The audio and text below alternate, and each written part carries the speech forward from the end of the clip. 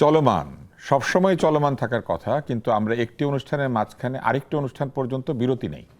এই বিরতির সময় চলমান থাকুক আপনাদের চিন্তা ভাবনা এবং সেই সব কিছু নিয়ে আমরা পরের পর্বে ফেরত আসি। আজকেও ফেরত এসেছি চলমান নিয়ে নেক্সাস টেলিভিশনে, এবং আমাদের সঙ্গে আছেন দুজন বিশিষ্ট আলোচক, আজকের অনুষ্ঠানে অংশগ্রহণকারী, এবং আছেন আপনারা। আজকের অনুষ্ঠানে আমরা কথা বলবো যে বিষয় নিয়ে, সেটা হচ্ছে ভোটের অঙ্ক।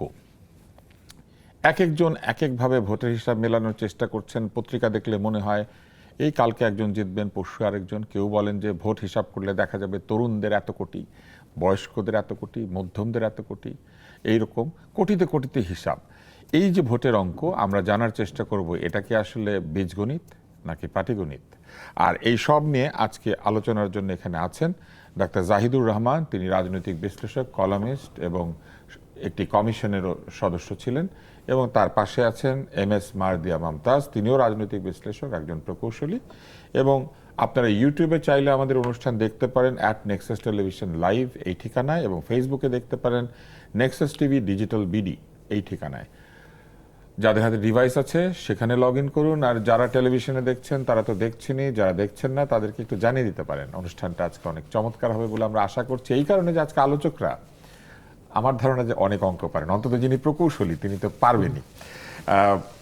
আমরা জাহিদকে দিয়ে শুরু করি। না, জাহিদ হাত নাড়ছে, অঙ্ক যেতে পারে। ভালো ছাত্রছাত্রী পরে পরীক্ষা দেয়, কারণ টিচারের নিয়ম হচ্ছে যে পারে তাকে লাস্টে ধরে। তো আপনাকে জিজ্ঞেস করি, এই যে ভোটের অনেক অঙ্ক হচ্ছে এবং বলা হচ্ছে যে এবার 4 কোটি তরুণ ভোটার ভোট দিবেন, তরুণরা সব চাকসু ইলেকশনের মতোই ভোট দিবেন।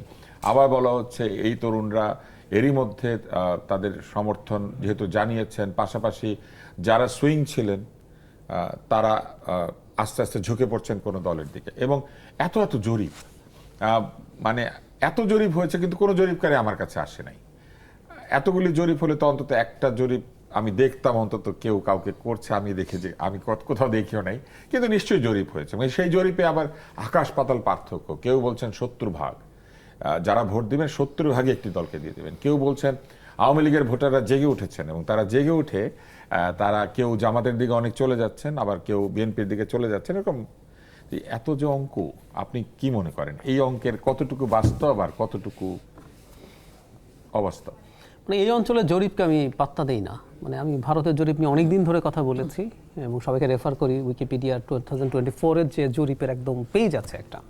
তো ভারত দীর্ঘদিন গণতান্ত্রিক চর্চার মধ্যে আছে, প্রফেশনালি জরিপ করে, তাতেও মেলে না। মানে এই হচ্ছে অদ্ভুত ব্যাপার। ভারতের নির্বাচন নিয়ে আমি গত নির্বাচনটা খুব সিরিয়াসলি ফলো করেছি। একজন ভদ্রলোক ব্যক্তি, উনি কোনো জরিপ টরিপ করেন, which is very interesting and surprising as well. Parakala Prabhakar ওনার নাম। ওনার ওয়াইফকে সবাই খুব চেনেন, সেটা হচ্ছে নির্মলা সীতারামন, বিজেপির অর্থমন্ত্রী। উনি আমার ঘোর বিজেপি বিরোধী, উনি নিজেও ইকোনমিস্ট। ওনাকে আমি দেখতাম যে ইন্ডিয়া জোটের যে ধারণা 234 সিটস পেয়েছে কংগ্রেস নেতৃত্বাধীন, উনি অ্যারাউন্ড 250 পাবে এই ধরনের প্রেডিকশন করছিলেন। অথচ বাকিরা 120, 125, 93, মানে 93 সিট পাবে এরকম প্রেডিকশন না, ইনফ্যাক্ট এটা জরিপ বলছে। আর আমাদের এখানে শেষ মুহূর্তে এসে জরিপটা একটা হাসাহাসির বিষয়ে পরিণত হয়েছে। মানে ফেসবুকে লোকজন ফান করছে, গোল দিচ্ছে, একজন এক গোল দিয়ে এগিয়ে গেল, আরেকজন আরেক গোল দিল। মানে একজন বলছে বিএনপি 220 এবং ওইদিকে 45 হবে, আরেকজন বলছে জামাত জোট 115, বিএনপি 111। মানে আমি এই প্রথম একটা জরিপ দেখলাম যেখানে মানে জামাত হাড্ডাহাড্ডি ফাইট করবে, এটা কেউ কেউ বলছেন 101, কিন্তু জামাত বিএনপিকে ক্রস করে গেছে, এরকম একটা জরিপও দেখলাম। আমার কাছে একটা জিনিস মনে হয় যে নির্বাচনে আসলে এখানে মনস্তত্ত্বের একটা খেলা চলছে। এটা ফ্যাক্ট যে কোনো দলই, যেমন আমি আমার ব্যক্তিগত অপিনিয়ন বলি, মারদিয়া আপা হয়তো অ্যাগ্রি করবেন না, জামাত শক্তির দিক থেকে অনেক পিছিয়ে আছে বিএনপির চাইতে। এখনও স্টিল তারা যে জায়গায় গেছে এটা তাদের জন্য একটা বিরাট সাকসেস, এটাও সত্য। এখন যেটা হয়, আপনি যখন নির্বাচন করবেন, আপনি যখন মানুষের ভোট চাইবেন, আপনি এটা বলতে পারেন না আমি একটা ভালো রেজাল্ট করতে চাই, আমি 50, 60 বা 70 সিট পেলে খুশি হবে। এটা বললে আপনি 50, 60, 70 পাবেন। যারা নির্বাচনে আসে তারা সবাই বলে তারা অনেক সিট পাবে। এটা বলতে না, এটা অনেক সিট না, আমি সরকার গঠন করব। আপনাকে এই পারসেপশন, এটা কিন্তু স্ট্র্যাটেজিক্যালি ইটস কারেক্ট। আমাকে যদি জামাতে স্ট্র্যাটেজিস্ট করা হতো, আমিও ঠিক ওনারা যা করছেন, একটা হাইপ উঠে গেছে না, জামাত কিন্তু এবার জিতে যাচ্ছে, এটা লাগবে। বিকজ দ্য সুইং ভোটার্স আর আনডিসাইডেড ভোটার্স, তারা শেষ মুহূর্তে আসলে জিতবে কে। না কেউ যদি মনে করে জামাতকে ভোট দেবো, কিন্তু উনি 60, 50, 60, 70 পর্যন্ত কেউ যদি খুব আশা করে। তার মানে আপনি বলছেন মনস্তাত্ত্বিক লড়াইয়ে তারা বেশ এগিয়ে আছেন, অথবা তারা পটু না, মনস্তাত্ত্বিক লড়াই তার একটা জায়গা তৈরি করেছেন তো বটে। It's a success. কারণ আমি আমার আশপাশের কিছু মানুষকে এটা বলতে শুনি যারা জামাতের সমর্থক নন, কিন্তু তারা মনে করেন জামাত কি ক্ষমতায় চলে আসবে। এই যে একটা প্রশ্ন কিছু মানুষের মধ্যে তারা তুলতে পেরেছেন, এটার একটা বাজে সাইড এফেক্ট আছে। মানে নির্বাচনের পর যদি এমন হয় যে ওনারা 1/3 সিট পেলেন সরকার গঠনের তুলনায়, তখন কিন্তু তাদের রাজনীতি মে বি টাফ।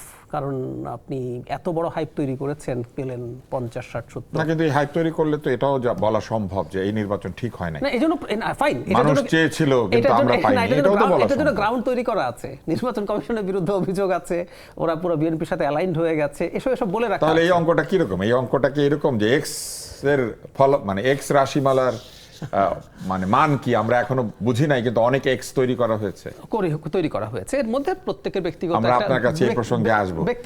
ব্যক্তিগত একটা পারসেপশন আছে। যেমন আমি মনে করি আমরা যে জায়গায় দাঁড়িয়ে আছি, মানে জামাত ইসলামী এবং স্বতন্ত্র প্রার্থীরাও যদি সর্বোচ্চ ভালো করে, তাও বিএনপিকে 2/3 মেজরিটি থেকে কমানো সম্ভব না। আপনি কিন্তু ওই কার নাম বললেন, পালেকার সাহেব, তাই না? পারাকাল্লা প্রভাকর। হ্যাঁ, এই পারাকাল্লা প্রভাকরের মতোই কিন্তু আপনি একটা প্রেডিকশন করে দিলেন। এটা যদি মিলে যায়। কিন্তু আপনি আরেকটা চমৎকার তথ্য দিয়েছেন যে স্ত্রী হচ্ছে বিজেপির অর্থমন্ত্রী, কিন্তু তিনি আবার বিজেপির কট্টর সমালোচক। তার মানে দুজন কট্টর বিরোধী একই ছাদের নিচে থাকতে পারে। সীতারামন আগের বার ছিলেন, এবারও অর্থমন্ত্রী, মানে দুজন কট্টর বিরোধী একসাথে থাকতে পারে। আমরা এরকম একটা উদাহরণ, এবং আমরা এরকম একটা উদাহরণ থাকার পর আমরা দেখি যে আমাদের এইখানে পক্ষের লোক একসাথে থাকতে পারে না। অনেক সময় তারা এই এক পক্ষে থাকে, আবার আরেক পক্ষে চলে যায়। মাঝে আপনার কাছে আসি, এই যে হাইপের কথা জাহিদ বললেন, আসলেই কি জামাত ইসলাম হাইপই তৈরি করছে, নাকি এটা একটা স্বাভাবিক প্রক্রিয়া? এই আওয়াজটা আসছে কারণ মানুষ তাদেরকে চাইছে, এটা একটা। আরেকটা হচ্ছে যে একটা কথা উনি বলেছেন যে এই হাইপ তৈরি করাটা জরুরি। যারাই নির্বাচনে আসবে তারা বলার চেষ্টা করে যে আমরা ক্ষমতায় চলে এসেছি, কিন্তু আপনাদের সঙ্গে অনেক ছোট ছোট দলগুলি আপনাদের জোটের মধ্যে আছে, তো তারা তো তাহলে আগেই বলে দিল যে আমরা একা জেতার ক্ষমতা ছিল না, আমরা এখন হাইপের সাথে এসেছি। তাহলে কি এরা দুর্বল বলে এসেছে, নাকি এরা আসলে সবল বলে আপনারা তাদেরকে জোটে নিয়েছেন, যে তাদের এই নির্বাচনে আসলেই প্রভাব রাখার ক্ষমতা রয়েছে, সেই জন্য এসেছে? আচ্ছা, থ্যাংক ইউ আপনাকে। আসলে একটা নির্বাচনে যখন জোট হয় সেটার পেছনে অনেক ধরনের ক্যালকুলেশন থাকে।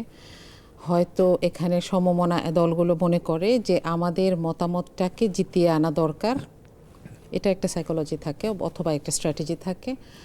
অনেক সময় এটাও হতে পারে আপনি যেটা বলেছেন যে এনসিপি মনে করেন দল হিসেবে নতুন, এবং জনসমর্থনের হিসেবে নতুন দল হওয়ার কারণে জনসমর্থনের হিসেবে অনেকটাই বলা যায় যে তারা এই জায়গায় নভিস।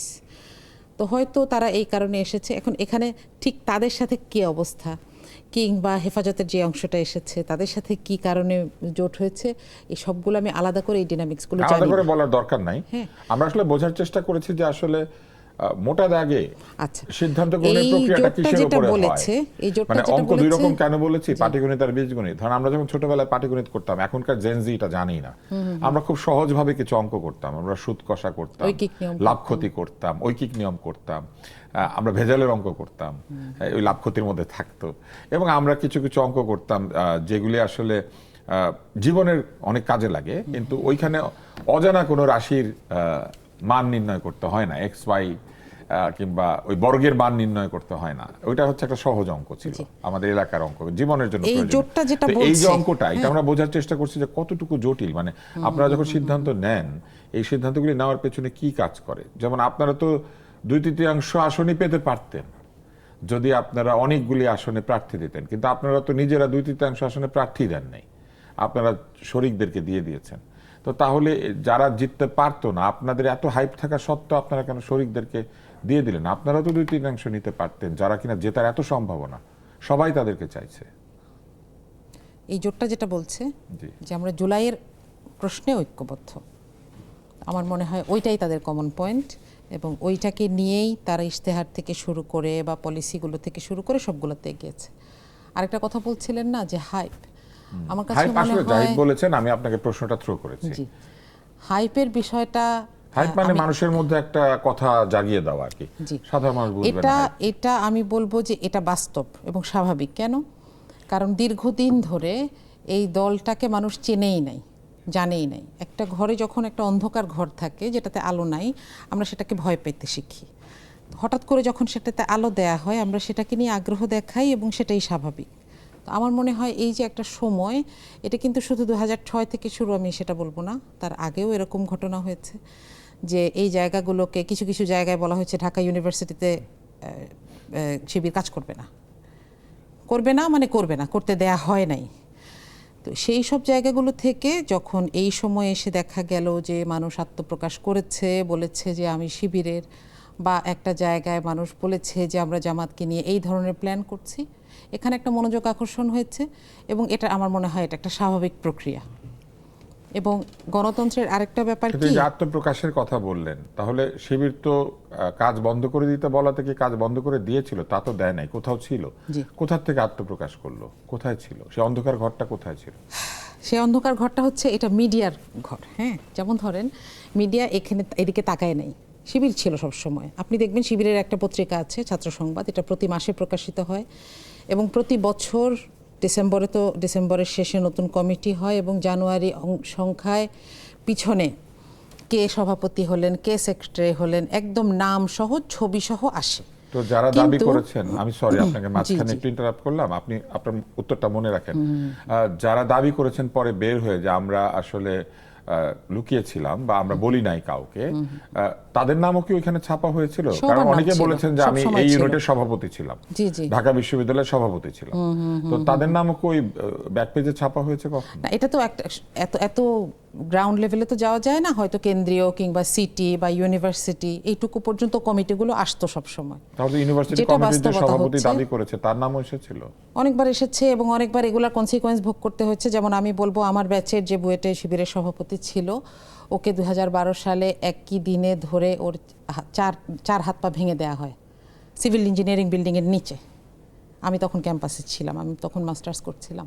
তো এগুলো কনসিকোয়েন্সেস ছিল, সব তো সময় তার মানে ছিল। শিবির ছিল। আপনার একটা জি। উত্তর আমরা পেয়েছি যে আত্মপ্রকাশের কারণে মানুষ জি, এই কিন্তু হাইপটা উঠেছে। হয় আর কি কি? যে এটা একটা অনেক বড় একটা ব্যাপার যে মানুষ জানতে পারছে কিরকম, অথবা বলেন প্রশ্ন করতে পারছে, জিজ্ঞেস করতে পারছে যে আপনাদের পলিসিগুলো কীরকম, অথবা এই যে একটা ইশতেহারের ব্যাপারে একটা ব্যাপার হচ্ছে যে ডক্টর জাহিদ বলছিলেন যে কেউ কখনো এই জন্য ইশতেহার দেয় না যে আমি বিরোধী দলে গেলে এগুলো করব, তাকে হ্যাঁ, বলতেই হয় অনেকটা ঠিক, যে হ্যাঁ। আমি প্রশাসনে গেলে দায়িত্ব নিলে হ্যাঁ, এগুলো হ্যাঁ, করব, হ্যাঁ, তাই না? এটা ঠিক, হ্যাঁ। তো তাহলে এই আত্মবিশ্বাসের উৎস কি? এটাও তো একটা কৌতূহল জন্ম দেয় মানুষের মধ্যে। মানুষের সমর্থন। হ্যাঁ, তো মানুষ তো এটা জিজ্ঞেস করে যে তাহলে আপনি এটা পারবেন, করতে পারবেন? তো আমার মনে হয় এই সবগুলো মিলে এই যে আগ্রহ তৈরিও হয়েছে। তারপরে এখনকার যে হাইপ কথাটা আমরা বলি, সেটা তো ডিজিটাল জায়গাকে আমরা অনেকখানি অ্যাড্রেস করি। তো এখানে তো আসলে মানুষ ফ্রি, কারোর হাতে একটা ডিভাইস থাকা মানে তার একটা অপিনিয়ন আছে। কিন্তু কারোর হাতে একটা ডিভাইস থাকলে 10টা অ্যাকাউন্ট থাকে, ধরেন একাই 10টা ভোট দিতে পারে, কিন্তু ভোটে তো সেটা পারে না। সেটাই না, আমি ভোটের দিকে যাচ্ছি না, আমি জরিপের কথায় আসছি। হ্যাঁ, তো সেইখানেও মানুষ কথা বলছে। তো এখানে একটা অ্যালগরিদম আছে, আপনি যখন এক ধরনের ঘটনা দেখবেন আপনার তো কাছে তখন হ্যাঁ, এগুলাই সেটাই আসবে। দেখায়, হ্যাঁ। হ্যাঁ, তখন আপনার মনে হবে এরা খুব হাইপ। হ্যাঁ, হ্যাঁ। কিন্তু আপনি যদি কয়েকদিন আবার একটু অপোজিশনে দেখেন, আপনার মনে হবে যে ওরা হাইপড। বুস্ট হয়, স্পন্সর হয়, চাইলে হাইপ তৈরিও করা যায়। জি। আর আরেকটা ব্যাপার, যেটা জরিপের ব্যাপার একটা ইম্পর্টেন্ট ব্যাপার, আমার একটা আন্ডারস্ট্যান্ডিং বলি, সেটা হচ্ছে জরিপ থেকে কখনো কোনো কনক্লুশনে যাওয়া যায় না, হয়তো কিছু ট্রেন্ড নিয়ে ধারণা পাওয়া যায়। যেমন আমি খুব ইন্টারেস্টিংলি দেখছিলাম যে সবগুলো জরিপে যাদেরকে আমরা সুইং বলছি অথবা যাদেরকে বলছি যে আনডিসাইডেড, এখনও প্রায় কিছু কিছু জরিপে 30% এসেছে, কিছু কিছু জরিপে আরেকটু বেশি এসেছে, এর বেশিরভাগ মহিলারা। তো আমার কাছে মনে হয় এটা একটা ইম্পর্টেন্ট ট্রেন্ড যে মহিলারা হয়তো তাদের পলিটিক্যাল ভিউ নিয়ে বলতে চান না, বলছেন না এখনো। হয়তো সেইটা ভোটের দিন তিনি যখন প্রয়োগ করবেন তখন বলবেন, অথবা কখনো বলবেনই না। হ্যাঁ, তো আমি বলবো যে জরিপের রেজাল্ট থেকে আসলে কনক্লুশনে যাওয়া তো ভুল, তাহলে তো ভোটের দরকার ছিল না। একটা ভালো দেখে একটা সংস্থাকে জরিপের ভার দিয়ে এত টাকা পয়সা খরচের আর দরকার ছিল না। আমরা আবার জাহিদের কাছে যাই। জাহিদ, আমরা একটা উত্তর পেয়েছি যে আপনার মতোই তিনিও বলেন যে জরিপ কোনো কনক্লুসিভ কিছু না, কিন্তু জরিপে একটা ধারণা পাওয়া যায়। তো সেই ধারণা প্রসূত জায়গা থেকে অনেকেই বলছেন যে জামাত ইসলাম ভালো করবে। কিন্তু আমি তাকে একটা প্রশ্ন করেছিলাম, তিনি বলেছেন যে জুলাইয়ের চেতনায় ঐক্যবদ্ধ হয়েই তারা অনেককে সাথে নিয়েছেন, হয়তো তারা দুর্বল বলেই তাদেরকে সিট দিয়েছেন। দলগুলিকে আসলে এই অঙ্ক করে, মানে হেরে যাবে জেনেও জুলাইয়ের চেতনায় আছে বলে কাউকে সিট দেয়, নাকি তারা ভেবেছে যে যে দুর্বল আসনগুলি তাদের প্রার্থী জিততে পারবেন না সেইগুলি তাদের মানে অংশীদারদেরকে ছেড়ে দেয়? অঙ্কটা আসলে কিভাবে করে? পলিটিক্সের মধ্যে আসলে কোনো সহানুভূতি কিছু কারণ নাই। জুলাইয়ের চেতনাতে তো বিএনপিও আছে। মানে ওনারা কিন্তু চাইতেনও, ওনারা কিন্তু জাতীয় সরকারের কথা নিজেরা বলেন, সো আমরা সব চেতনা মিলে একটা জাতীয় সরকার করি, এটা কিন্তু বলছেনও। কিন্তু আমি যেটা বলছি, রাজনীতি খুবই কঠোর জায়গা, খুবই কঠিন জায়গা। দেখুন, এইবার প্রথমবারের মতো জামায়াত ইসলামের বিদ্রোহী ক্যান্ডিডেট আছে। হ্যাঁ, কারণ তারা এটা হলো অফিসিয়ালি, আবার তারা আনঅফিসিয়ালি বলেছে তারা মধ্যপন্থী লিবারেল রাজনৈতিক দল, তারা তো তার সাক্ষাৎকারে মানে, বলেছে। এখন হ্যাঁ, মধ্যপন্থায় গেলে তো হ্যাঁ, বিদ্রোহী এসব থাকবে, আসতে হ্যাঁ। থাকবে। এখন চেতনার জন্য করেছে একেবারেই না। জামাতে ইসলামী যাদের সিট ছেড়েছেন, যেই সিটগুলোতে তাদের ক্যান্ডিডেট সরে যেতে হয়েছে, দেখুন এখানে কিন্তু অনেকের মনোমালিন্য হয়েছে, অনেকে ইভেন ধরুন হারবে, কিন্তু তারপরও এনসিপি 4-5 জন প্রার্থী ভালো করবেন, এর বাইরে জামাতের প্রার্থী তাদের চেয়ে ভালো করতেন। আমি একেবারে ব্লাইন্ডলি বলছি। তো এতগুলি আসন তারা ছেড়ে দিলেন, শুধু এনসিপি না। আসছি তারপরে ধরুন অন্য দলগুলোকেও যে ছেড়েছে, এর মধ্যে হাতে গোনা কয়েকজন জামাতের প্রার্থী চাইতে ভালো করবেন, বাকিরা ওইসব জায়গায় জামাত হারলেও বেটার করতো। সো জামাতের একজন ক্যান্ডিডেট এত বছর নির্বাচন করেন নাই, তিনি এবার না জিতুন, কিন্তু উনি বেশ কিছু ভোট টোট পেয়ে তার একটা নতুন পলিটিক্সের একটা ইলেকটোরাল পলিটিক্সের একটা এক্সপোজার হয়ে থাকতে পারতো। এই ঝুঁকি জামাত নিয়েছে। তো এটা কি শুধুমাত্র একটা চেতনা রাখবো বলে? একেবারে এই না। অঙ্কটা কি? এই অঙ্কটা হচ্ছে এই প্রথম যারা তখন এনসিপি যখন আসে নাই, ইসলামী আন্দোলন সহ তারা একটা মেসেজ দিতে চেয়েছিল। ইসলামী আন্দোলন দাবি করে যে এটা তাদের কনসেপ্ট, যে সব ইসলামী ভোট এক বাক্সে যাবে, হ্যাঁ। তারা মনে করেছেন এটা ওই যে আমরা আমাদের মেডিসিনও পড়েছি ড্রাগ সিনার্জিজমের মতো, মানে 2 and 2 will make 5 or even more than that. So ওনারা মনে করেছেন সবাই আমরা যদি একই বাক্সে Synergistic effect এফেক্ট হতে পারে, তারা ভেবেছেন। এরপর তেনারা চলে গেলেন, কিন্তু আবার ওনারা একত্র হয়ে যাওয়ার একটা ঝুঁকি তৈরি হয়েছে যে বাংলাদেশে বিএনপির বিরুদ্ধে একটা ধর্মভিত্তিক, এর মধ্যে জামায়াতে ইসলামের রাইট থেকে শুরু করে আলট্রা রাইট বা ফার রাইট আছে এর মধ্যে। তখন এনসিপিকে নিয়ে তাদের জন্য জরুরি হয়ে পড়েছিল দুটো কার্ড। এক হলো বিএনপির কাছ থেকে তো সরালো, আর এনসিপি যেহেতু একটা মধ্যপন্থী দল, ফলে জামাত জোটটাকে এক্সক্লুসিভলি তারা ফার রাইট বা রাইট আর বলা গেল না। মধ্যপন্থীরা কেন গেল তাদের সাথে? সেটা তাদের অঙ্ক, কারণ তাদের যে পলিটিক্যাল ক্যালকুলেশন ছিল, সিটের যে ক্যালকুলেশন, ওই যে আবারও বলছি, এইসব আসলে পলিটিক্সের মাঠে নেমে শেষ পর্যন্ত এই বার্গেইনগুলো হয়। ইভেন ইসলামী আন্দোলন আজকে বের হয়ে বলছে যে তারা জামাত ইসলামী শরিয়া কায়েম করবে না, বলছে বলে চলে এসছে। জামাত শরিয়া কায়েম করবে না বহুদিন থেকে বলছে, শেষ হয়েছে পলিটিক্যাল হিসাব নিকাশ, সিটের আন্ডারস্ট্যান্ডিং এ প্রবলেম হয়েছে। সো এই হিসাবগুলো এরকমই। সো জামাতও সিট ছাড়ছে, তার একটা বিরাট বেনিফিট আছে এনসিপিকে দিয়ে, সে তার ওই ইমেজটাকে ডাইলুট করছে। ইন্টারন্যাশনালি কিন্তু প্রবলেম হবে। একটু যোগ করি, যেন আব্দুল্লাহ মোহাম্মদ তাহের একটা প্রকাশ্য সভায় বলেছেন, আমি নাম বলছি না, একটা রাজনৈতিক দলকে নিয়ে, তাদের জোটে থাকা তখন ছিল, যে প্রশ্ন করেছে আমেরিকান এম্বাসি যে ওরা তো এক্সট্রিমিস্ট ইত্যাদি ইত্যাদি, তখন তিনি জবাব দিচ্ছেন যে আমরা তাদেরকে আশ্বস্ত করেছি তাদেরকে আমরা এক্সট্রিমিজম থেকে সরিয়ে আনবো। সো ইন্টারন্যাশনালি যে চাপে তারা পড়তে যাচ্ছিলেন, এনসিপিকে নিয়ে তারা কিছু সিট কম পেলেও তারা এখানে ডাইলুট করার চেষ্টা করেছে। এটা খুব জরুরি ছিল। কিন্তু আমরা মার্দিয়ার কাছে যাব, এই কথা কি সত্য যে আপনারা এরকম দায়িত্ব নেবেন যে কেউ যদি উগ্র পথে থাকে তাকে মধ্যপথে নিয়ে আসার, মানে সে মধ্যপথে আসার আগেই তাকে নিয়ে নিলেন, এটা কি কোনো কারেকশনাল জায়গাতে আপনারা নিজেরা আছেন বলে মনে করেন, যে রাজনীতিতে মিত্র বানিয়ে তাদেরকে মধ্যপন্থায় নিয়ে আসবেন? আর আপনারা যে দলটির কথা মানে সমর্থন করেন আপনি নিজেও, তারা কি আসলেই মধ্যপন্থী দল? যদি হয়ে থাকে তাহলে তো আর এনসিপিকে নেওয়ার দরকার ছিল না, যেটা জাহিদ বলেছেন। এটা তো ওনার যুক্তি। হ্যাঁ, আরেকটা যুক্তি আমি একটু ওনার কথা থেকে আসি। উনি বলেছিলেন যে দলগুলি 2/3 সংখ্যাগরিষ্ঠতা পেতে চায় বা আরো বেশি সিট পেতে চায়। আপনারা শুরুতেই ঠিক করলেন আপনারা এককভাবে 2/3 সিট পাবেন না, কারণ আপনারা 2/3 প্রার্থী দেন নাই। তো এইটাই বা কেন করলেন? এত শক্তিশালী একটি দল, যার পেছনে সমস্ত লোক আছে, এত হাইপ, আপনারা তারপরেও কেন একা সরকার গঠনের ঝুঁকি নিলেন না, বরং সরকার গঠন না করার ঝুঁকি নিলেন? দেখেন, এইটা যেই বডিটা করে, আমি সেই বডিটার মেম্বার না, তো আমি ওই স্পেসিফিক জবাবটা আপনাকে দিতে পারবো না। এটা যারা করেন তারা ধারণা দিতে বেটার পারেন বলতে পারবেন কি হতে পারে। তো আমি ওইটাতেই স্টিক থাকতে চাই, যেটা পাবলিকলি বলাও হয়েছে, যে জুলাইয়ের চেতনাকে ধারণ করা এবং জুলাই সনদ বাস্তবায়নের পথে বাংলাদেশকে নিয়ে যাওয়ার জন্য এটা করা হয়েছে। আপনি একটা প্রশ্ন করছিলেন যে তাহলে কি বিএনপি জুলাই সনদের সাথে অ্যালাইন্ড না? এটা অনেক বড় একটা প্রশ্ন, এটা আমার কাছে প্রশ্ন। কারণ আমি এটা বারবার দেখি যে জুলাই সনদের ব্যাপারে হ্যাঁ বলার ক্ষেত্রে তারেক রহমান অনেক সময় নিয়েছেন এবং তার দলে এখনো না ভোটের ব্যাপারে প্রকাশ্যে প্রচারণা চালাচ্ছে, এরকমও আছে। সাথে সাথে কিন্তু জুলাই সনদে তো বিএনপি স্বাক্ষর করেছে, বরং আপনারা যে দলটাকে নিয়েছেন সাথে দিস ইজ মাই কোয়েশ্চেন, তারা এখনো স্বাক্ষর করে নাই। জি, এনসিপি এখনো স্বাক্ষর করে করে নাই। নাই। তো ওরা কি করে চেতনার হলো তাহলে? স্বাক্ষর করেও যদি না থাকেন এবং ইশতেহারে সরাসরি এমন কিছু ধারা এসেছে যেটা জুলাই সনদের সাথে কন্ট্রাডিক্টরি, সেখানে তাদের নোট অফ ডিসেন্ট আছে। কালকে আমাদের এখানে একজন আলোচক এসেছিলেন, আচ্ছা। বলেছিলেন যেগুলি তাদের নোট অফ ডিসেন্ট আছে সেগুলি তারা উল্লেখ তাদের করেছেন। লেস প্রায়োরিটি থাকবে, ওনারা করবেন, কিন্তু শুরুতে সেটা না, তাদের লেস প্রায়োরিটাইজড বিষয় হচ্ছে সেগুলি। আর মোর প্রায়োরিটাইজড বিষয় হচ্ছে তারা যেগুলি জুলাই সনদে কোনো ডিসেন্ট দেন নাই সেগুলি তারা আগে করবেন, এইভাবে তারা ব্যাখ্যা করেছেন। আপনি যেটা বলছিলেন। জি, তো এই জোটটাকে 11 দলীয় যে জোটটা, তারা বলেছে যে আমরা জুলাই সনদের এই ব্যাপারে একমত। এনসিপি সিগনেচার করে না, এনসিপির একটা কারণ ছিল, কিন্তু এনসিপি পরে একমত হয়েছে। কিন্তু তাও সেখানকার সই করে এগ্রিমেন্টটা নাই। আমি আপনাকে বলতে কিন্তু পারবো তাও না। সই করে I am not a part of that. কিন্তু ধরেন যে সই করলো, আপনি বলছেন যে তিনি জুলাই চেতনার বিরুদ্ধে অনেক কিছু ইশতেহারে রেখেছেন, আর যারা জুলাই চেতনার পক্ষে তারা সই করলো না, তার মানে কোনোটাতেই হ্যাঁ বললো না। তাহলে আপনি এদেরকে বিশ্বাস করতে পারছেন, ওদেরকে কেন বিশ্বাস করতে পারছেন না? ওরা তো হ্যাঁ কিছু তো হলেও বলেছে এবং সইও করেছে, আর এরা টোটালটাতেই সই করে নাই, মানে টোটালটাতেই তারা সন্তুষ্ট না, কিন্তু তাদেরকে আবার আপনারা বলছেন অবশ্যই তারা জুলাইয়ের পক্ষে। এই জন্যই জুলাইকে সামনে রেখে যদি কথা বলা হয়, এই জন্যই কিন্তু জামাতের পক্ষ থেকে জাতীয় সরকারের কথাও বলা হয়েছে যে এখন একটা জায়গায় আমরা এসেছি যে আমাদের সামনে আসলে এইটা ছাড়া গতি নাই, যে আমরা আরেকটা ফ্যাসিস্টকে আর দেখতে চাই না। আমরা এইখানে আবার ফিরবো, আমাদের একটা বিরতি নিতে হবে। আমাদের টেলিভিশনের রীতির অংশ হচ্ছে অনুষ্ঠানের মাঝখানে বিরতি থাকা। বিরতিহীন অনুষ্ঠানও হয়, তবে বিজ্ঞাপনের একটা আনন্দ আছে, সেটা হচ্ছে বিজ্ঞাপন যদি আপনারা দেখেন তাহলে দেখবেন যে সেইখানে সবই সুন্দর। সব বিজ্ঞাপন শেষ হয় এমনভাবে যে দেশে কোনো দুঃখ নাই, কষ্ট নাই, শোক নাই, সবাই আনন্দে আছে। আর যদি আনন্দ নাও থাকে, বিশেষ সাবান শ্যাম্পু দিলেই আনন্দ ফিরে আসে। দেশটা যদি এরকম হতো খুব ভালো হতো, আপাতত হবে এই আশা করে আমরা বিরতি নিচ্ছি।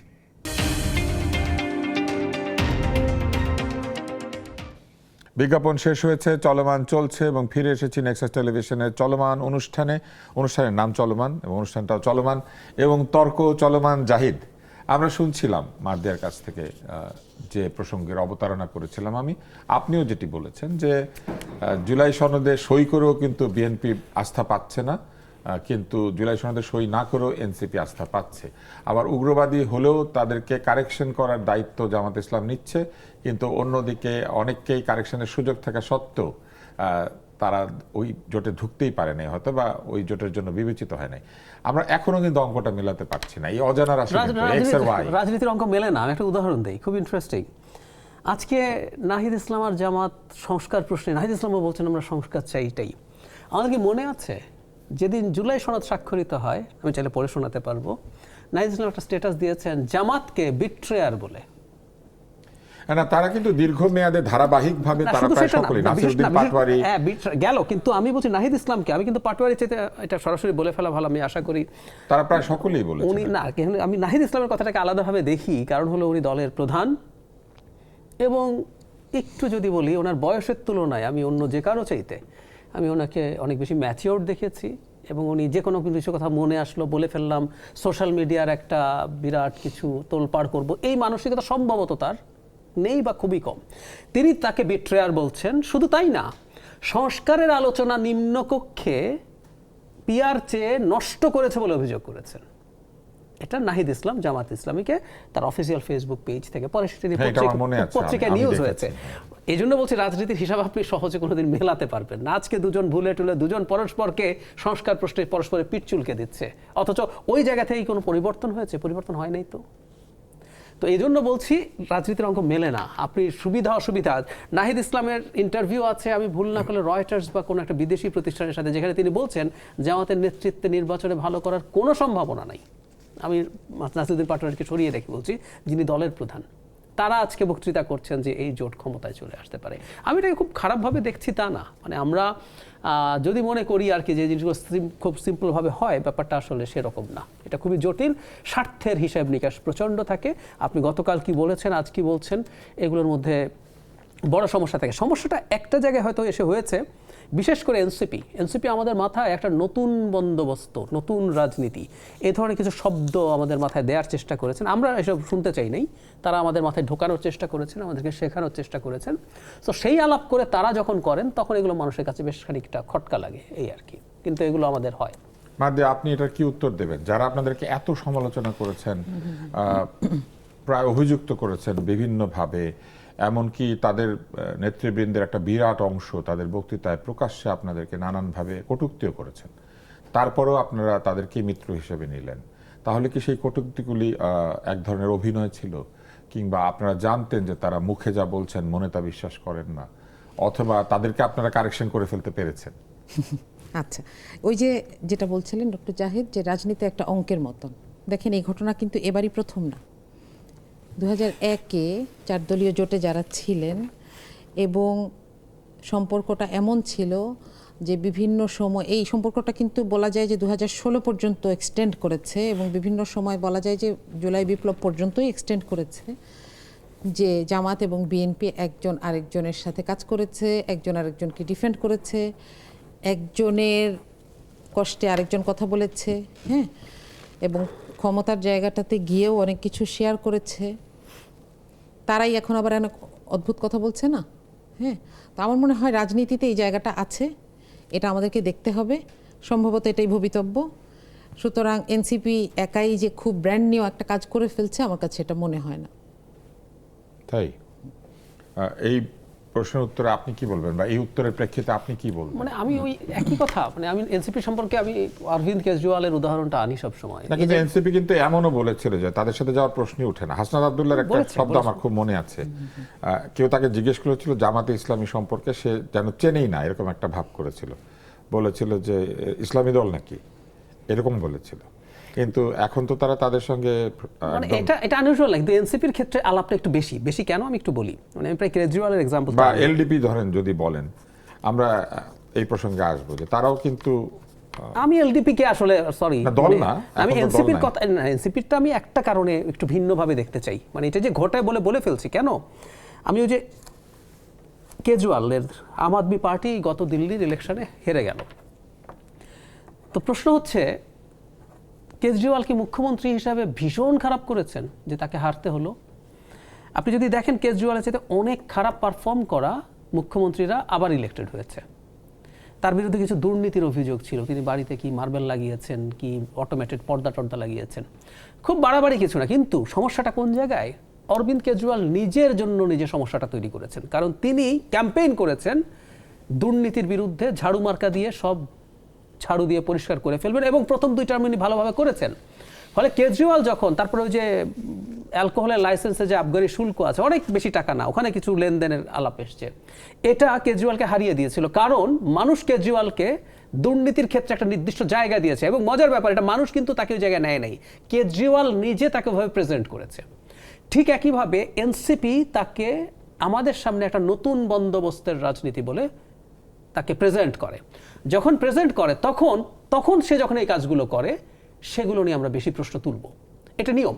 জামায়াতে ইসলামী সৎ লোকের শাসন চাই যখন বলে, তখন কোথাও কোনো দুর্নীতি অনিয়মের সাথে যখন একজন বিএনপি বা এই ধরনের ট্রেডিশনাল পার্টির কেউ জড়ায়, আর যখন জামায়াতের কেউ জড়ায়, দুটোর মধ্যে কিন্তু সিরিয়াস পার্থক্য আছে। পার্থক্য করতে হবে, কারণ আপনার ইউএসপি, আপনি মানুষের কাছে আমার কাছে ভোট চাইছেন এটা বলে, সো আপনার একটা কেসেরও যত ওজন অন্য ক্ষেত্রে সেটা নাও হতে পারে। সো এই ধরনের ব্যাপার তো রাজনীতিতে থাকবেই আলাপে। আমরা একটা আপনাদের ম্যানিফেস্টোতে যাই। আপনাদের ম্যানিফেস্টোতে আপনারা বেশ কিছু কথা বলেছেন, চমৎকার প্রতিশ্রুতি আছে, কিন্তু কয়েকটা অভিযোগ উঠেছে। একটি হচ্ছে ভারতীয় ছবির ব্যবহার, এটা নিয়ে সবাই কথা বলেছে, আমি নিজেও একটু বলেছি, কারণ আমার ভালো লাগে নাই। আর এর সাথে আরো যে বিষয়গুলো এসেছে, একটা বিষয় আপনারা বলেছেন হালাল ট্যুরিজম। হালাল ট্যুরিজম বলতে আপনারা আসলে কি বুঝিয়েছেন, এটাও একটু জানার ইচ্ছা। আরো কিছু প্রশ্ন আছে, এই দুইটা যদি আপনি একটু বলেন তাহলে পরেরটা আবার করব। আচ্ছা, ছবিটা হচ্ছে আসলে এটা জাস্ট প্রেজেন্টেশনে ব্যবহার করা হয়েছে, এবং এইটা সম্ভবত ওপেন সোর্স কোনো একটা জায়গা থেকে নেওয়া হয়েছে, যেটা আসলে ওই দেশের। তো এখানে আমি কোনো সমস্যা দেখি না, কারণ দেখেন, রাষ্ট্র হিসেবে আমরা ভারত বিরোধী এটা বলবো না, ভারতের আগ্রাসী মনোভাবের বিরোধী অথবা ভারতের আধিপত্যবাদের বিরোধী আমরা বাংলাদেশের সবাই, তাই না? আমরা এটা পছন্দ করি না যে রাষ্ট্র হিসেবে ভারত আমাদের উপর এসে খবরদারি করুক, আমাদের থেকে পালিয়ে যাওয়া একজন দুষ্কৃতিকারীকে জায়গা দিক। কিন্তু এখানে ছবি এটা নিঃসন্দেহে একটা মিস্টেক আমি বলবো, এটা করা উচিত হয় নাই, কিন্তু এইটার আসলে এটার পিছনে তার কোনো ইন্টেনশন থাকার কোনো কারণ নাই। কিন্তু ধরেন পালিয়ে যাওয়া যে নেত্রী কথা বলছেন, তাকে জায়গা দিয়েছে, এটা নিয়ে সবার অভিযোগ রয়েছে, অনেকের জি, জি, অভিযোগ জি, জি। রয়েছে, এটা ঠিক আছে। কিন্তু পালিয়ে যাওয়া এই ধরনের অপরাধী বা এই ধরনের দোসর বা এই ধরনের লোককে কিন্তু আমরা অতীতে দেখেছি পাকিস্তানের মন্ত্রীও হয়েছেন, এটা কিন্তু হয়েছেন। তা আমরা কি সেই জন্য সেই রাগ পুষে রাখবো একটা দেশের প্রতি? তা তো না। না না, এটাই বলছি অতএব আমি, আমরা এটাই বুঝতে বলছি। পারছি আপনার একটা যুক্তি দিয়েছেন, কিন্তু মনোজগতে কি একটা প্রভাব বিস্তার করে না যে ভারতের ছবিগুলি সুন্দর বা ভারত সুন্দর ছবি তৈরি করে, সাংস্কৃতিক এক ধরনের প্রভাব তৈরি না, হয় না? এখানে 6টা ছবির যে কথা ভারতের বলা ছাত্রীরা হয়েছে, পুরো বা ছাত্ররা প্রেজেন্টেশনে সুন্দর, ডাক্তাররা দেখতে ভালো। অসংখ্য ছবি ছিল। হ্যাঁ, তো সেখানে 6টাকে ওপেন সোর্স কোনো একটা জায়গা থেকে নেওয়ার কারণে এটা আমি বলবো এটা অ্যাক্সিডেন্ট এন্ড মিস্টেক। আর বাকিগুলিকে অন্য কোনো দেশ থেকে নেওয়া? না, একটা লোকাল ছবি তাহলে ব্যবহার শুধু করা ভারত হয়েছে। কেন জায়গা পেল? এটা আমি জানি না, এভাবে আসলে প্রশ্ন আচ্ছা, করার জায়গা আছে কিনা বা দরকার আছে কিনা। কারণ এটা তো আমরা দরকার রাখবো, হচ্ছে- সুন্দর একটা জিনিস। হ্যাঁ, আমরা দরকার ভালো। হচ্ছে এই যে- হালাল ট্যুরিজমটা একটু বলেন। আচ্ছা আচ্ছা, না এটার ব্যাপারে আমি কাজ করি নাই এই জায়গাটাতে, আচ্ছা। আমার একটু দেখতে হবে। আপনি আমি কোথায় বলতে কাজ পারছি করেছেন? না। স্বাস্থ্যে, আমি উইমেন প্রকৌশলে? পলিসি নিয়ে কাজ করি। উইমেন পলিসি নিয়ে কাজ করেছেন, তাহলে এই প্রশ্নটা একটু করতে পারি। এটা অনেক নারীর প্রশ্ন, জি, জি। যে আপনার মতো একজন এত উপযুক্ত নারী থাকার পর আপনি কখনো জামাতের আমির হবেন না, এটা আমির বলেছেন। যিনি দলের আমির হতে পারবেন না তিনি নিশ্চয়ই দেশের প্রধানমন্ত্রী হবেন না। ওইটা বলেনি। তো আমিরের পদ বড় না প্রধানমন্ত্রীর পদ বড়? বড়টা হতে পারলে ছোটটা পারবে না। একটা কথা বলি, প্রত্যেকটা দলের একটা দলীয় ডেকোরাম থাকে। জি। হ্যাঁ, এবং জামাতের যেটা গঠনতন্ত্র, আমার থেকে উনি অনেক ভালো জানেন, গঠনতন্ত্র পড়েছেন অনেক মনোযোগ দিয়ে এবং কোট করতে পারেন। তো একটা দলের যেটা গঠনতন্ত্র, জামাতের গঠনতন্ত্রে কোথাও কিন্তু বলা নাই যে প্রধান হওয়ার জন্য পুরুষ হতে হবে। না, তিনি সততার সাথে বলেছেন যে এটা আপনাদের পলিসি। আসছি। এবং কিন্তু এটা নিয়ে পলিসির অনেক নারী ব্যাপারে আপত্তি করেছেন, অনেক কারা? নারী বলেছেন এটা। দলের? অনেকে, হ্যাঁ, না দলের না, দলের না। দলে শুধু নারী হবে কেন? আপনাদের দলের নারীরাই শুধু আপনাদের ভোট দিবে তা তো না। না, এটা ভোটের ক্ষেত্রে কোনো প্রশ্ন না। কেন বলছি? এটা দলের ইন্টারনাল পলিসি আচ্ছা, এবং দলের আর কোনো পদের কথা তো বলা হচ্ছে না। যেমন ধরেন সর্বোচ্চ যেটা সিদ্ধান্ত গ্রহণকারী প্যানেল সুরা, সেটাতেও 30% নারী আছে এবং এটা প্রত্যেক জায়গায়, এটা শুধু কেন্দ্রে না, এটা মহানগরীগুলোতে আছে, সেখানে তারা থানা 1:1 পর্যন্ত। ভোট দেন, মানে আপনার একটা ভোট আর পুরুষের একটা ভোট সমান জি, সমান? অবশ্যই অবশ্যই।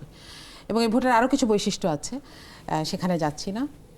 তো এখানে এটা হচ্ছে দলের একটা ডেকোরাম যে জাস্ট এই টপ তাহলে মোস্ট পয়েন্টটাতে। সুরাতে 30% নারী জি রয়েছে। জি জি। এবং এইটা কি হয়, একটা বিদায়ী সুরা, পরের সুরাতে কি হবে এটা তারা এই কমিটিটা মিলে ঠিক করে দেন। আপনি কি সুরাতে আছেন? না, আমি সুরাতে না। আচ্ছা, ঠিক আছে। তো এখন এটা সংবিধানেই লেখা, গঠনতন্ত্রে লেখা যে তারা পরের সুরাতে কতজন সংখ্যা হবে এটা ঠিক করে দেন এবং এটার উপরে সারা দেশের মানুষ এখানে ভোট দিচ্ছেন।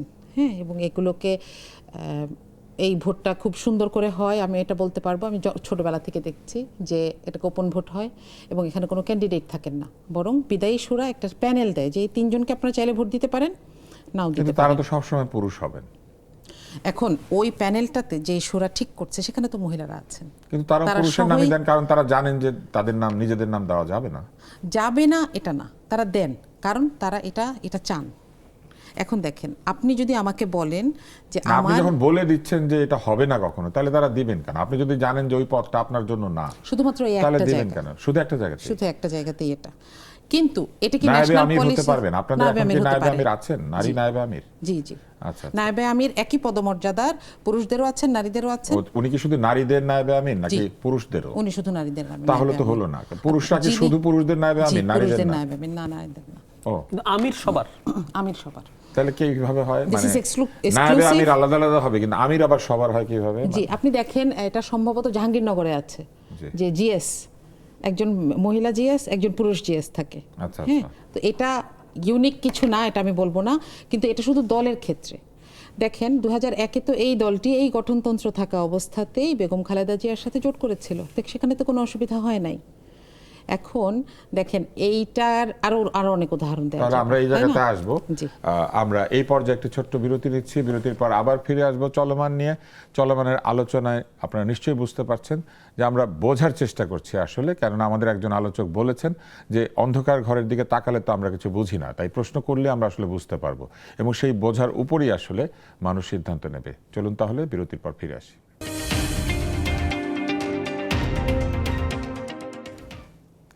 শেষ হয়েছে বিরতির আগে আমরা কথা বলছিলাম, অঙ্ক বোঝার চেষ্টা করছিলাম।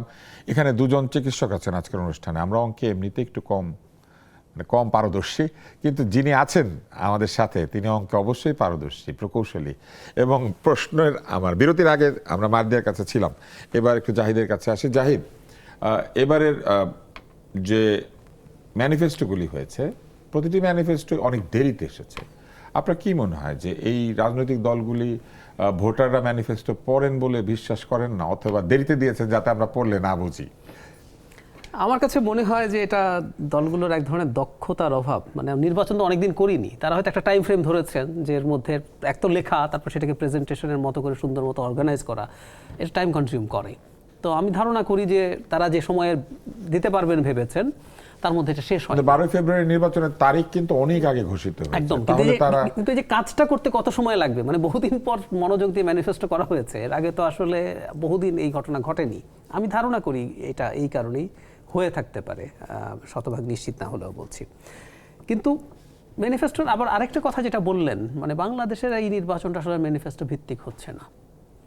আমরা এটা আমাদের জন্য নাগরিক হিসেবে আমরা যে দলের সমর্থন করি না করি, ভোট দেই বা অ্যাক্টিভলি পলিটিক্স করি, আমরা আসলে দেখতে চাই একটা দেশের নির্বাচন হবে ম্যানিফেস্টোকে ভিত্তি করে, মানে জনগণের জন্য দলগুলো কি করতে চায়।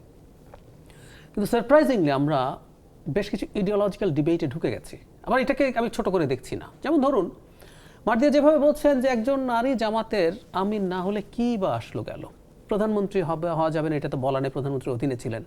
আমি পাল্টা একটা প্রশ্ন মার্দিয়াকে করতে পারি, সেটা হলো আমির এটা বলার দু একদিন পরে জামাতের নারী শাখার সদস্যরা কোরআনের রেফারেন্স দিয়ে বলছেন, কোরআনে ইন্টারপ্রিটেশন নিয়ে কিন্তু অনেক কিছু আছে, আমি বলছি না এটা সঠিক বা ভুল, কিন্তু ওনাদের ইন্টারপ্রিটেশন হচ্ছে এটা হবে না, এবং এটা মেনে নিয়ে তারা করছেন। যদি এটা কর্তৃত্বের প্রশ্ন, এটা কোরআনে তো নিশ্চয়ই বলে না যে জামাতের আমির হওয়া যাবে না, এটা নারী পুরুষের কর্তৃত্বের, নারীকে পরিচালনা করার একটি আয়াত রয়েছে। এখন তাই যদি হয়ে থাকে তাহলে প্রধানমন্ত্রী অবশ্যই ওই ধরনেরই একটা পদ। আমি তাদের ব্যাখ্যাটাকে বলছি। হ্যাঁ, প্রধানমন্ত্রী তো পুরো দেশকে পরিচালনা করছে, তো সেই বিবেচনা শুধু সেটা আমি আরো যদি নিচে নামতে থাকি, ধরুন একটা ইউনিয়ন পরিষদ চেয়ারম্যান, ধরুন একজন মেয়র, সেও কিন্তু তার ওই জায়গাটার প্রধান। ইভেন একজন এমপি যিনি ইলেক্টেড হচ্ছেন, তারও এক ধরনের নেতৃত্বের অবস্থান কিন্তু ওটা। তো আমি জানি না এটাকে কোন জায়গায় কতটুকু নিয়ে যাওয়া যাবে, কিন্তু আমি বলছি এই ইস্যুটাকে আমরা ছোট করে দেখব না, কারণ এটার সাথে নারীর ভবিষ্যৎটা কোন জায়গায়, এটা একজন নারী ওই জায়গায় যাবে। আমেরিকার মতো দেশে একজন নারী এখনো প্রেসিডেন্ট হন নাই, কিন্তু অন্তত ওখানে বার নাই। চাইলে সম্ভব হিলারি ক্লিন্টন যদি প্রাইমারিতে জিতলেন, এরপর যদি উনি জিততেন ট্রাম্পের সাথে ফার্স্টবারে, উনি প্রথম প্রেসিডেন্ট হয়ে যেতে পারতেন, কিন্তু কোথাও এই বারটা নাই যে উনি হতে পারবেন না। ওখানকার নারীরা, আমি মার্দিয়ার প্রেজেন্সেই বলছি, মানে আমি তো ওনার সাথে বেশ কিছু শো করেছি, ওনার মতো কেপেবল মানুষরা জামাতে আছেন, আরও আছেন। আমি একটা প্রোগ্রামে জামাতের একজন নারী সদস্যের সাথে কথা হলো, তার বক্তব্য শুনলাম, আই ওয়াজ হাইলি ইমপ্রেসড।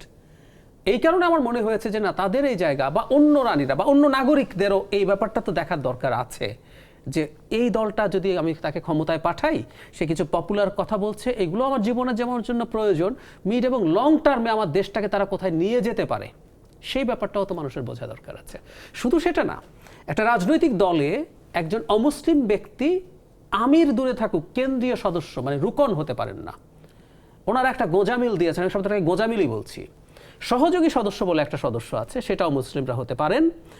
কিন্তু আপনি দেখবেন কনস্টিটিউশন যদি পড়েন, তাদের আমির নির্বাচন, তারপরে তাদের এই যে কেন্দ্রীয় কর্ম পরিষদ নির্বাচন যা আছে সব রুকনদের হাতে, এবং রুকন হওয়ার জন্য 1 নম্বর শর্ত হচ্ছে আপনাকে শুধু মুসলিম না, পারফর্মিং মুসলিম হতে হবে। সো একটা দেশে একটা রাজনৈতিক দলকে অপারেট করতে পারে, এটা কিন্তু ধর্মীয় সংগঠন না। জামায়াতে ইসলামী বাংলাদেশ একটা রাজনৈতিক দল, বাংলাদেশে নিবন্ধিত রাজনৈতিক দল।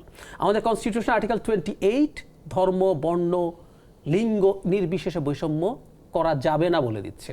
সো আপনার একটা দলে একজন অমুসলিম ব্যক্তি কোনোদিন রুকন হতে পারবেন না, আমির হওয়া দূরেই থাকুক। সো এই ঘটনাগুলো জনগণের সামনে আসছে। আমরা মার্দিয়ার কাছে যাই, আপনারা এবার একজন সনাতন ধর্মাবলম্বীকে এমপি পদে মনোনীত করেছেন। জি, যদি তিনি যেতেন তাহলে এমপি হবেন। এখন আপনি কি মনে করেন যে বাংলাদেশের প্রধানমন্ত্রী হিসেবে উনি যদি নারী হতেন তাহলে পারতেন? জি, আমি এটাই আপনাকে মানে একটু আগে আপনারা বলেছিলাম তাহলে কি যে পারতেন, এটা আপনারা মনে করেন? সেটা যদি হয়ে থাকে তাহলে নিশ্চয়ই আপনাদের দলে অন্য ধর্মাবলম্বীরা অংশ নিতে পারবে। জি, কিন্তু সেক্ষেত্রে তো কোরআনের আইন তার উপর প্রযোজ্য হবে না, না। তাহলে তিনি বা কেন আপনাদের দলের আমির হতে পারবেন না? এটা দলের পলিসি। জি। তার মানে দলের পলিসির কারণে আচ্ছা, আসলে এটা হচ্ছে আমি আপনাদের যেটা- দলের পলিসির কারণেই আসলে নারীরা আপনাদের দলের আমির হতে পারবেন না। না, সেটাও না। আপনি একটু আপনাকে বলি, দলের যেটা ইন্টারনাল পলিসি, সেইটাতে নারীর আমির হতেও কোনো অসুবিধা নাই, কিন্তু সাধারণত হন না। এই কথাটাকেই নুরুন্নিসা আপাও বলেছেন, নুরুন্নিসা সিদ্দিকা স্পষ্ট বলেছেন যে আমরা স্বেচ্ছায় এই কাজটা তাদেরকে দিই, না, যে তারা কাজটা করছেন। আমি এক সেকেন্ড একটু ক্লিয়ার করে দিই। সেটা হচ্ছে আমির আল জাজিরাকে যখন বলেছেন যে কোনো নারী কি প্রধান হতে পারেন, উনি দুবার একটা বাক্য বলেছেন, it's not possible, it's not possible, দুবার বলেছেন। উনি ব্যাখ্যা দিচ্ছেন এরপর, মানে নারীর প্রেগনেন্সি, নারীর ল্যাকটেশন, এগুলোকে ইন্ডিকেট করে বলছেন যে এটা হতে পারবেন না। এবং বলছেন গড, আল্লাহ সবাইকে ডিফারেন্ট এন্টিটিতে, তাদের ওন এন্টিটিতে তৈরি, তার মানে উনি সৃষ্টিগতভাবে নারী নেতৃত্বে পজিশনে যেতে পারেন না বলে বলছেন। আরেকটু বলি, যিনি মেনে নিয়েছেন বলছেন এটা ইচ্ছাকৃত না, ওনার ক্লেমিং হচ্ছে এটা কোরআনেরই ফয়সালা, উনি সেটা মানছেন, সুতরাং এটা কোনো ব্যক্তিগত ইচ্ছে না। আমরা আবার মার্দের কাছে আসি। দলের পরিচালনার ক্ষেত্রে যেহেতু আপনারা কোরআনের ফয়সালাকে এতটুকু গুরুত্ব দিচ্ছেন, তাহলে দেশের পরিচালনার ক্ষেত্রে চরমোনায় যে অভিযোগ করেছেন যে আপনারা সেইখানে শরিয়া আইনকে ঠিক ওইভাবে গ্রাহ্য করছেন না, আপনারা বলছেন যে প্রচলিত আইন অনুযায়ী আপনারা এটা চালাবেন এবং ধাপে ধাপে আপনারা পরে চেষ্টা করবেন, কিন্তু জুলাই সনদে আবার কিন্তু ধাপে ধাপেও শরিয়া আইন প্রচলন করার কোনো সুযোগ নাই। জি, চরমোনাই কি কারণে জোট থেকে সরে গেছেন এবং তারা যে যুক্তিটা বলেছেন এটা তারা ব্যাখ্যা করবেন। আমি যতটুকু বুঝি, আপনারা আসছি, হ্যাঁ, আমি দেশ পরিচালনার ক্ষেত্রে কেন এই প্রিন্সিপালটা মানছেন না যে কোরআনে যা আছে সেটা সেইভাবেই দেশ চলবে? আচ্ছা, দেশ পরিচালনার ক্ষেত্রে এখানে মানুষের মতামতের একটা ব্যাপার আছে, গণমানুষের মতামতের। আর জামাতের ইন্টারনাল পলিসি শুধু যারা এখানে সাবস্ক্রাইব করেছে এবং একটা জায়গায় এসেছে, যাদের ভোটাধিকার আছে, সেই জায়গার মানুষের জন্য বলছি। সেখানে এটা যেই কথাটা ডক্টর জাহেদ বলেছে, কথাটা ইম্পর্ট্যান্ট, যে সৃষ্টিগত কারণেই নারীকে এমনিতেই অনেক দায়িত্ব নিতে হয়। সুতরাং এই যে একটা টপমোস্ট টায়ারের এই জায়গাটাকে এক্সক্লুসিভ রাখা হয়েছে যে হ্যাঁ, তাকে কখনো এই দায়িত্বটা নিতে হবে না, তাকে এই জায়গা থেকে, আমি যদি কথাটাকে অন্যভাবে বলি, যে তাকে এই জায়গাটা থেকে রিলিজ দেওয়া হয়েছে যে ঠিক আছে, এই জায়গাটার দায়িত্ব আমরা নিলাম, আপনি মহিলাদের সাথে কাজ করেন। এবং যিনি মহিলাদের সাথে কাজ করছেন তারও স্পেসিফিক, তিনি তো মহিলাদের পুরো বিভাগ দেখছেন, তাকে কাজ করতে হয়, দেখতে হয়। তো যেই জায়গা, এই জায়গাটাকে এক্সক্লুসিভ রাখা হয়েছে। এখন গঠনতন্ত্রে সেটা নাই। আমি বলছি না যে তার মানে হ্যাঁ এটা হওয়া সম্ভব বা হবে কি না। দেখেন, সময়ের সাথে সাথে এই জায়গাটা যেহেতু নাই, সময়ের সাথে সাথে এরকম পরিস্থিতি কখনো আসতে পারে যে হয়তো যারা অ্যাভেলেবল আছেন সেখানে যোগ্যতার বিচারে একজন নারী এগিয়ে, গঠনতন্ত্র যেহেতু এখানে নিষেধ করে না, একজন নারীও প্রধান হতে পারবেন, অসুবিধা নাই। কিন্তু যতক্ষণ পর্যন্ত একজন যোগ্য পুরুষ থাকবেন, তিনি হয়তো চাইবেন সাংগঠনিকভাবেই যে এই দায়িত্বটা একজন পুরুষ নেবেন এবং নারীকে রিলিজ দিবেন। সমান যোগ্যতার দুজন মানুষ থাকলেও সেখানে পুরুষ প্রাধিকার পাবে। পুরুষ হওয়ার কারণে প্রাধিকার পাবেন না, ভোটের কারণে আসবে। বুঝতে পারছি? এটা আমি বুঝতে পারি নাই, কারণ আপনি তো বলেছেন যে পুরুষ হবে না, মানে নারী কখনো হবে না, আবার বলছেন সমান যোগ্যতার থাকলেও সেখানে পুরুষ প্রাধিকার পাবে না। বলছি যে এমন যদি হয় যে পুরুষের চাইতে নারী যে প্রার্থী বা একজন নারী যোগ্য, তিনি যদি ভোটে আসেন, তাকে কি তাও বসিয়ে দেওয়া হবে? তা তো না। কিন্তু আগেই তো বলা আছে যে উনি ভোট পাওয়ার উপযুক্তই না, কারণ উনি পদের জন্য উপযুক্ত না। না, কোথাও বলা নেই। একটু আমি যোগ করি, কনস্টিটিউশনাল, মানে এটা বলা নাই, কিন্তু এটা আমরা policy। মজাটা এই জায়গায়, মানে আমরা অলিখিত জামাতকে যে অভিযোগগুলো করি, আমির স্পষ্টভাবে বলছেন আল্লাহ এভাবে তাদেরকে সৃষ্টি করেন নাই নেতৃত্ব দেওয়ার মতো, একদম সোজা, যে কেউ আল জাজিরা সাক্ষাৎকারটা পাওয়া যায়। আমরা এখানেই আলোচনাটা শেষ করব। আরেকটু যোগ করি, আর নারী নেত্রী রেফার করছেন কোরআনকে। না, আপনি বলবেন, আমরা বিরতির পরে ফিরে এসে কিন্তু বলবো। কনস্টিটিউশনে তারা আবার লেখেন নাই। আরো প্রশ্ন ছিল, আমরা নারীতে আপনি যদি এসে এটা লেখেন এক নম্বর ইয়েতে, যদি তাকে অবশ্যই পুরুষ হইতে হইবে, তাহলে কিন্তু আপনি সু করে দিতে পারেন জামাত এটা থেকে বাঁচার জন্য। ওনারা কিন্তু এটা জাস্ট একটা ডিসগাইজ, এর বেশি কিছু না। আরপিও তো আসলে আরো ওনারা এক সময় যে শরিয়া কায়েমের কথা এগুলো লেখা ছিল, ওগুলো এখন শরিয়া, এখন ইসলামী কল্যাণ রাষ্ট্র লিখেছেন। আপনি এটা শেষ করবেন এবং বিরতিতে যাওয়ার আগে আপনার কাছে প্রশ্নটা রেখেই যায়। জুলাই সনদের যেসব বিষয় রয়েছে সেই বিষয়ের সঙ্গে আপনাদের দলের পলিসির কিন্তু বিভিন্ন জায়গাতে অসঙ্গতিও আছে। তারপর আপনারা জুলাই সনদে সই করেছেন, যেমন জুলাই সনদে তো শরিয়া আইন প্রচলন করার কোনো সুযোগ রাখা হয়নি। বহুত্ববাদের কথাও ছিল, যেটা নিয়ে অনেক আপত্তি উঠেছে, কিন্তু পরে নাই। কিন্তু না থাকলেও কিন্তু ওইখানে এটা বলা হয়েছে যে সকল ধর্মের, সকল বর্ণের, সকল লিঙ্গের সকলেই সমান অধিকার পাবে। কিন্তু আপনাদের দলে তো আমির হওয়ার অধিকার নাই। সেটা দলীয় পলিসি। হ্যাঁ, তো তাহলে তো আপনারা দলের মধ্যে সেটা দেন নাই, তাহলে তো এটা জুলাই সেটা সনদ national বিরোধী। policy আপনাদের না। দলের গঠনতন্ত্র কি জুলাই সনদ বিরোধী কিনা এটা জানতে চাইবো আমরা বিরতির পরে এসে। বিরতির পরে আমরা ফিরে আসবো এবং আমরা একটা প্রশ্ন করেছি, এই প্রশ্নের উত্তর খুঁজবো। আশা করছি বিজ্ঞাপন দেখে আমাদের সঙ্গেই থাকবেন।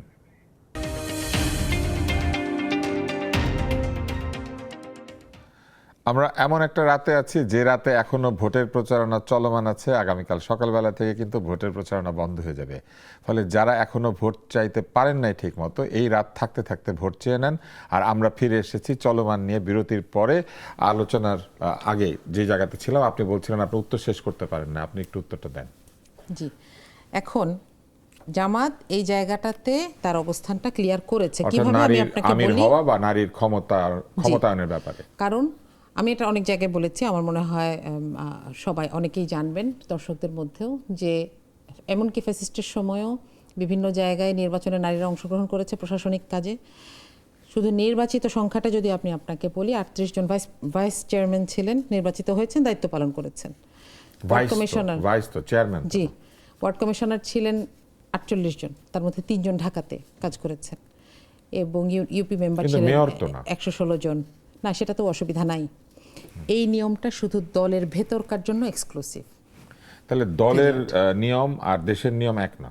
এটা সব দলেই আছে, আমি তাই? বলবো যে হ্যাঁ। একটা দুটো উদাহরণ দেন। যেমন আমি বলি, আপনি বলবেন যে শেখ পরিবার ছাড়া আওয়ামী লীগে কখনো কেউ দায়িত্বে আসবেন আগামী 50 না, বছর? সেইটার জন্যই তো আমরা বিরোধিতা হ্যাঁ। করেছি। বাট ওটা কোনো কিন্তু সেইটা তো এইটার নিয়ম না, ওইটা তো না। না, ওইটা তো হয়েছে ফ্যাসিবাদী একটা চিন্তার হ্যাঁ, তারপরে কারণে। যেমন ধরেন কিন্তু আওয়ামী লীগে তো প্রেসিডিয়াম কিন্তু মেম্বার শেখ পরিবারের কিংবা- নারীরা হতে পারবেন না, শুধু পুরুষরাই পারবেন, এরকম নিয়ম তো নাই।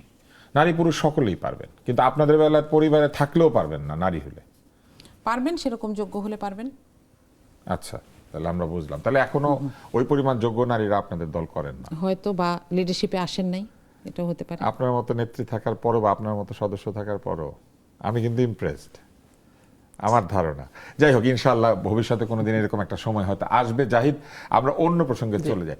আমরা দেখেছি যে বিভিন্ন সময় দলগুলি প্রতিশ্রুতি দেন। তো তারেক রহমান একটা কথা বলেছেন, আমি তাকে ডিফেন্ড করার জন্য আপনাকে প্রশ্নটা করছি না।